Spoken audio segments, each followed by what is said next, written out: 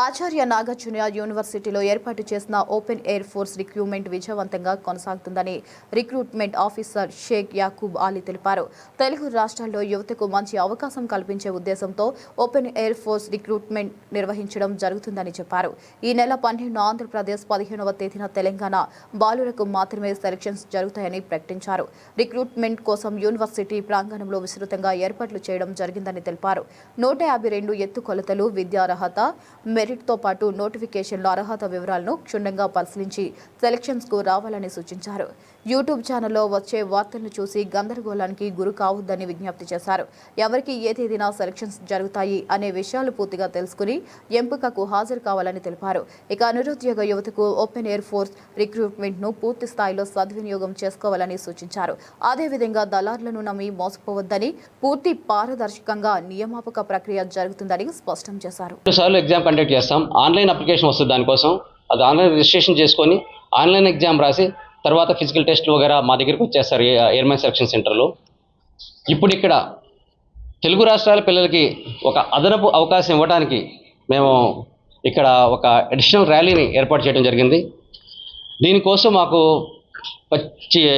పెద్ద స్పేస్ కావాల్సింది, ఎందుకంటే మాది ఇది రిజిస్ట్రేషన్ అవసరం లేదు. ఇందులో ఎవరైనా వచ్చి డైరెక్ట్గా వచ్చి అప్లికేషన్ తీసుకొచ్చి పార్టిసిపేట్ చేయవచ్చు.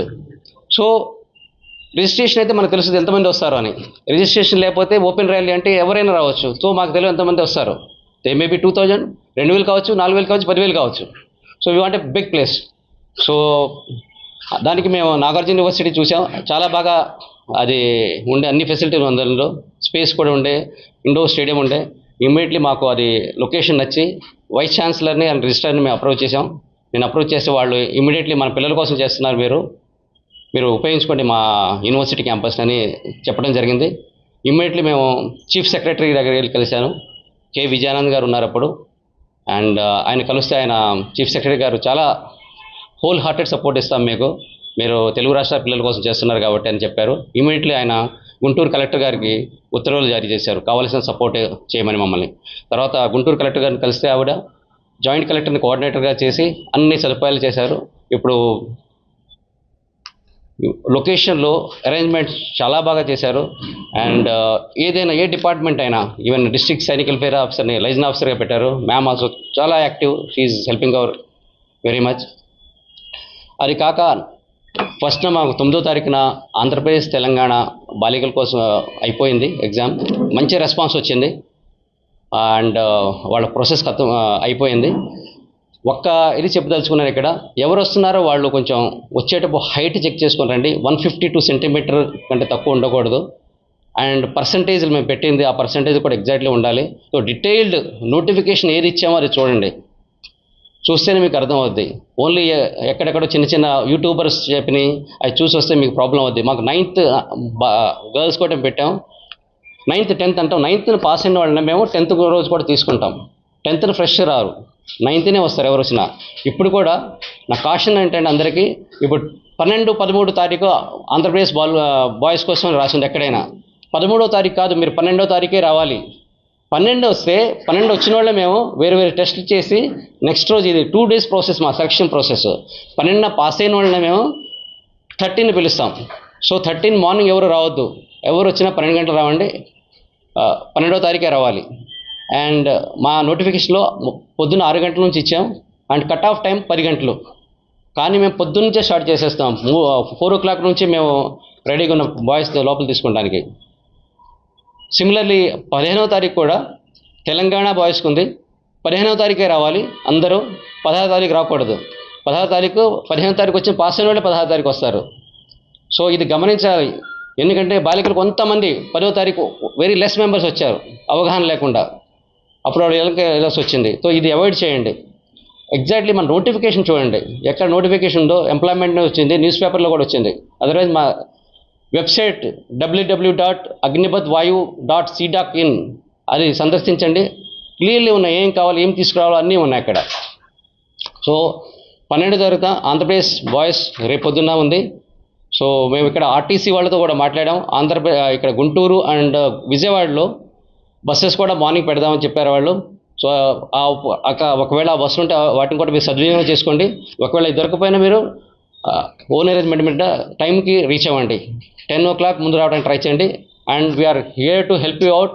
ఎంతమంది వచ్చినా మేము రెడీగా ఉన్నాం. 10,000 మంది వచ్చినా మేము హ్యాండిల్ చేయగలం. And we're looking for the good strength. All the best. Thank you. 152 centimeter boys అన్న గర్ల్స్ అండి. అవి డీటెయిల్ నోటిఫికేషన్ ఉన్నాయండి.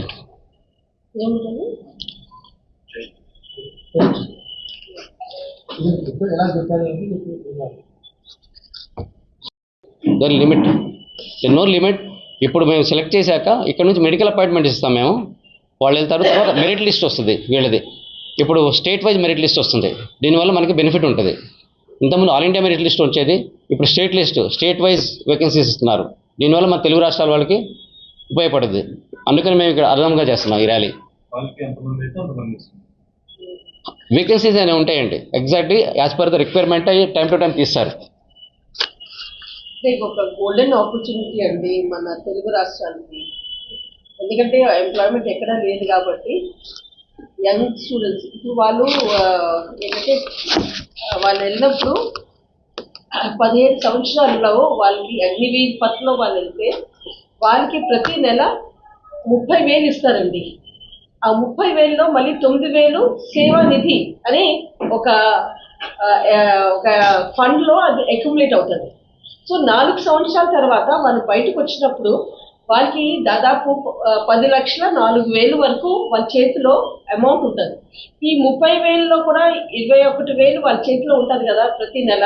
అందులో కూడా వాళ్ళు సేవ్ చేసుకొని దాదాపు వాళ్ళు ఒక 10 లక్షలైనా వాళ్ళు ఈ 4 yearsలో కూడా వాళ్ళు సేవ్ చేసుకుంటే ఆ 10 లక్షలు ప్లస్ ఈ యొక్క సేవా నిధి నుంచి ఒక 10 లక్షలు ఒక 24 years బాయ్కి 20 lakhs చేతిలో ఉందంటే ఆయన రేపు పొద్దున ఒక మంచి ఎంటర్ప్రినర్గా ఒక స్టార్టప్లో స్టార్ట్ చేసుకోవచ్చు.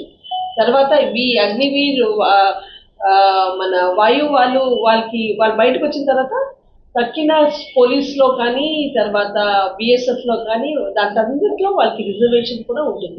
So another opportunity for employment అనమాట. కాబట్టి అది మీరు ఎక్కువగా ఫోకస్ చేస్తే ఆ పిల్లలకి కూడా మంచి ఎంకరేజ్మెంట్గా మీరు మీ యొక్క ప్లస్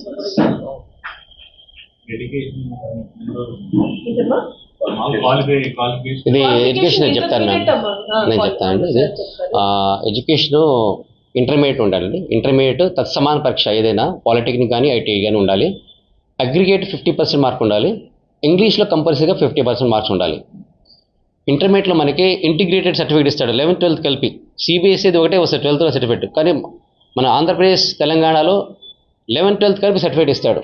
సో రెండు కలిపి ఇంగ్లీష్లో ఫస్ట్ ఇయర్ సెకండ్ కలిపి మినిమం 60% ఉండాలి. యావరేజ్ 50%.